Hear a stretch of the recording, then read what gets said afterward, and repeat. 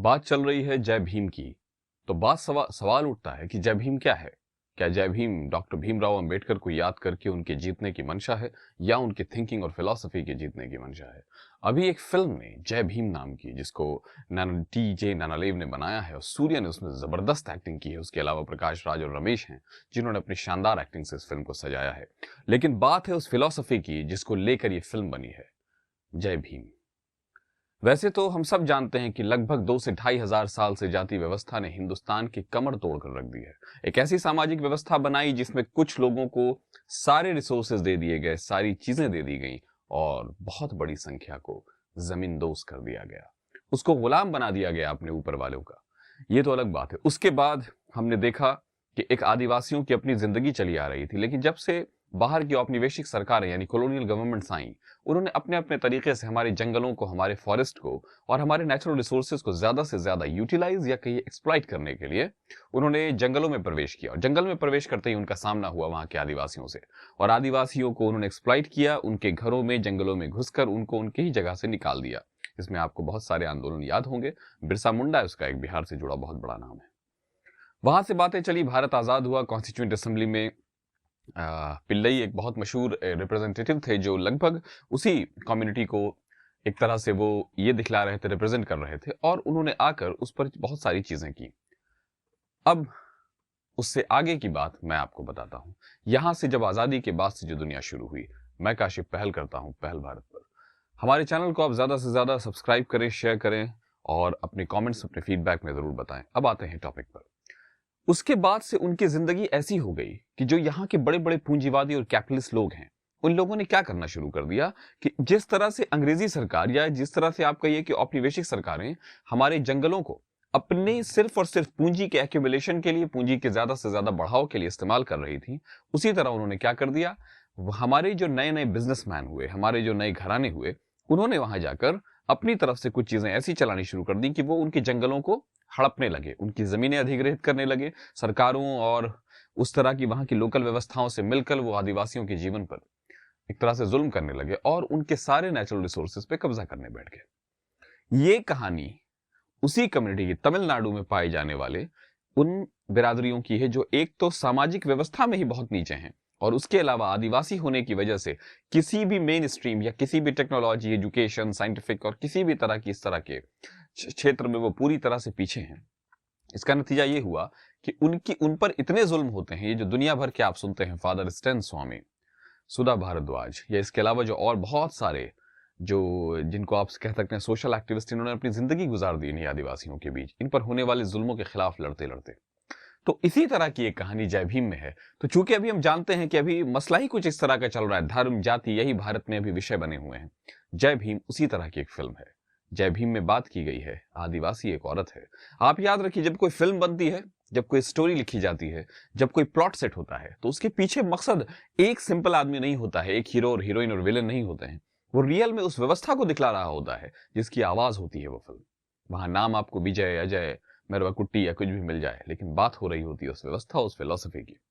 तो वहां दिखलाया गया है कि एक प्रेग्नेंट औरत है जो आदिवासी की बीवी है, राजू अन्ना उसका हस्बैंड है, और अचानक पुलिस चोरी का, आप याद कीजिए अदम गोंडवी की एक बहुत मशहूर कविता भी है, चमारों की बस्ती, उसमें वो ले जाते हैं और वो जिस तरह से इल्जाम लगाती है, पुलिस पुलिस इल्जाम लगाती है। आप शुरू में जब वो फिल्म देखेंगे, मैं आपको बता दूं जय भीम, तो आप देखेंगे कैसे कि कुछ जो लोग उतर रहे हैं, उनसे जो जेल से बाहर निकल रहे हैं, पुलिस खड़ी है क्योंकि उनको अपने इल्जामात जो है वो लगाने हैं।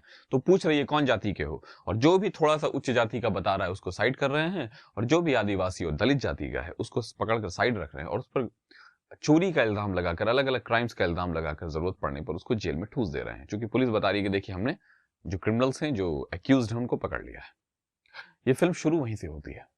इसमें एक औरत है जो चूहा, आप देखिएगा, मुसहड़ जिसको कहते हैं बिहार में, उसी तरह से जो रैट ईटर्स हैं, जो ऐसी कौम जो रैट खाकर जिंदगी गुजारती है, वो दिखलाता है कि खेत में वो जमींदार के कहने पर, सामंतवादी के कहने पर वो अपने उसके खेत को खोदता है, और उससे वो उसमें धुआं यानी आग डालकर उसको गर्म करके वहां के जो चूहे हैं उनको बाहर निकालता है, और वो उस खेत को चूंकि बर्बाद करने वाले हैं, तो जमींदार जो है या जो खेत का मालिक है वो उसको इसीलिए निकलवा, और ये इसको अपना खाने के तौर पर लेते हैं।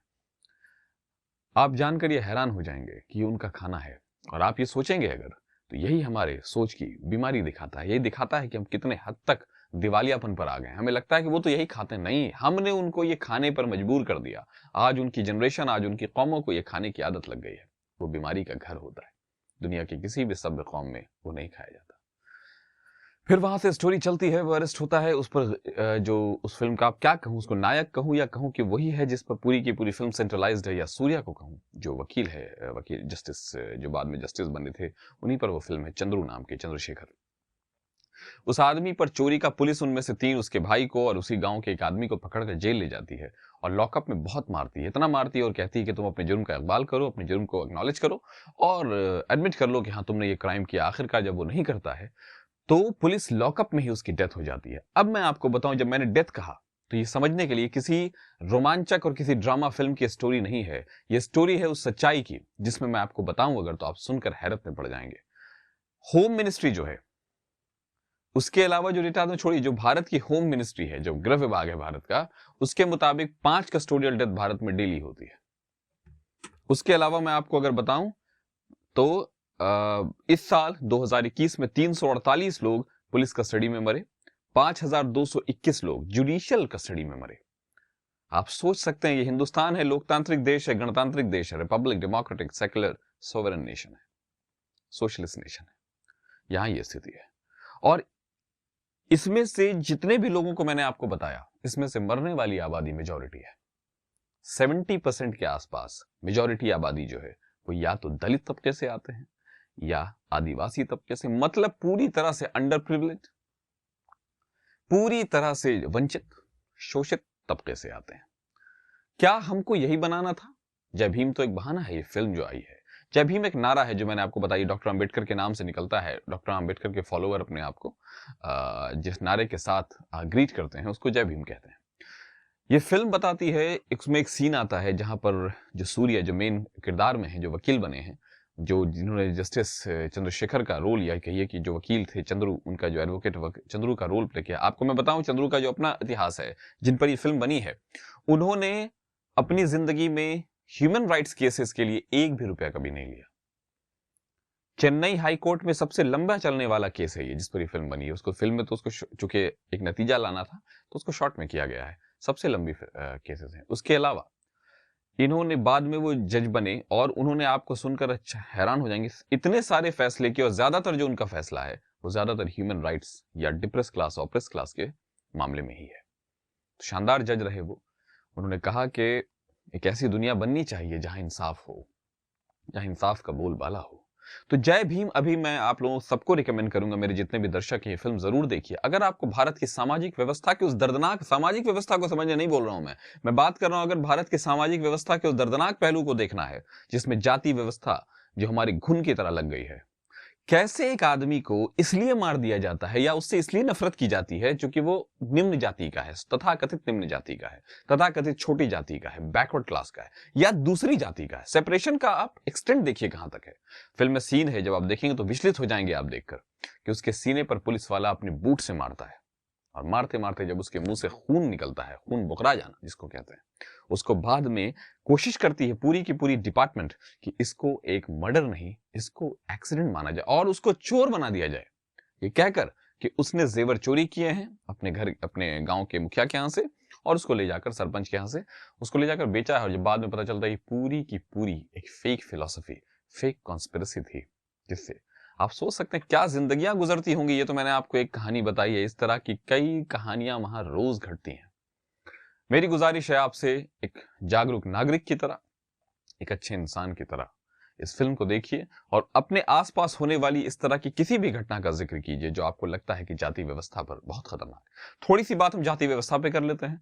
भारत में जाति व्यवस्था आप जानते हैं क्या है, वो तो वर्ण व्यवस्था है। वर्ण व्यवस्था से फिर जातियां निकली, उससे उपजातियां निकली, करेक्ट। आज लगभग हजारों जातियां ऐसी हैं जिनको निम्न जाति माना जा सकता है, उन पर जुल्म होते हैं। साउथ में अलग होते हैं, नॉर्थ में अलग होते हैं, वेस्ट में है, सब जगह अलग अलग, लेकिन व्यवस्था, इंसान को डिस्क्रिमिनेट जरूर किया जा रहा है इस कास्ट के नाम पर, ये हर जगह है, ये कॉमन सी बात है। जाति व्यवस्था ने आकर दलितों, यहां जो अभी आप इलेक्शन होने वाला है उत्तर प्रदेश में, उसको देख सकते हैं, एक तरह से लोग जातीय समीकरण भिड़ाने में लगे हुए हैं। हमें यह समझना है कि इंसान होने के नाते, नागरिक होने के नाते, हर इंसान अगर वो अच्छा है तो वो एक्टिविस्ट है, और अगर आप एक्टिविस्ट हैं, अगर आप समाज के लिए लड़ते हैं, अगर आप गलत होने के बिल्कुल खिलाफ हैं, अगर आप नाइंसाफी के खिलाफ हैं, आवाज बुलंद कीजिए और बने रहिए पहल भारत पर हमारे साथ। हम आपके साथ और आपके सामने ऐसी कई पेशकश लाते रहेंगे, जिसको अगर नाइंसाफी कहते हैं तो हमें उस नाइंसाफी के खिलाफ लड़ना है। जो कि मार्टिन लूथर किंग ने कहा था एक बार, injustice anywhere is a threat to justice everywhere.